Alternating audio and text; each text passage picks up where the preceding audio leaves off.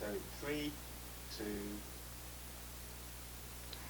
I thought I'd It's fine. And in 3, 2.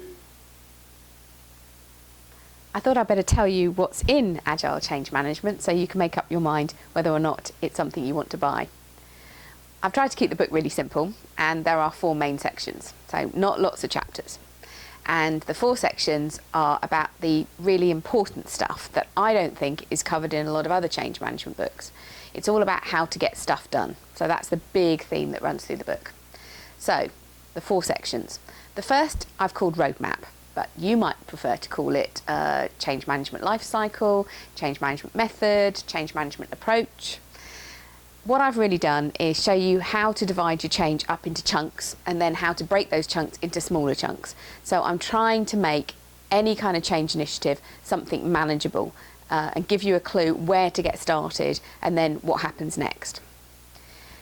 The second part of my book is all about business need, the business value of doing the change. Because I think that this is a really important area because it drives everything else. But it's the one thing that we're not always that good at.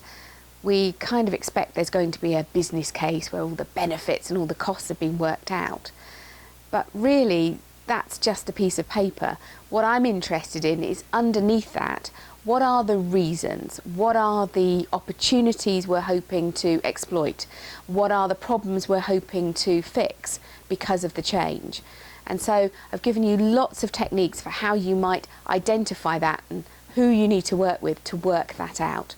Because I know from experience that really understanding the value that you're going to deliver gives you a tremendous amount of confidence and the ability to persuade others to engage with and really get involved in your change.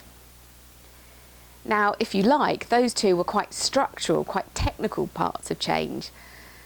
The other half of the book has 2 sections and it's about people. The first thing I wanted to look at was how do we build relationships. And this is really hard to write because it's something that we just do. We meet people, we talk to people, and over time we build a relationship, we build trust. But when you actually have to work out how to do that and design an approach for it, it's not always easy.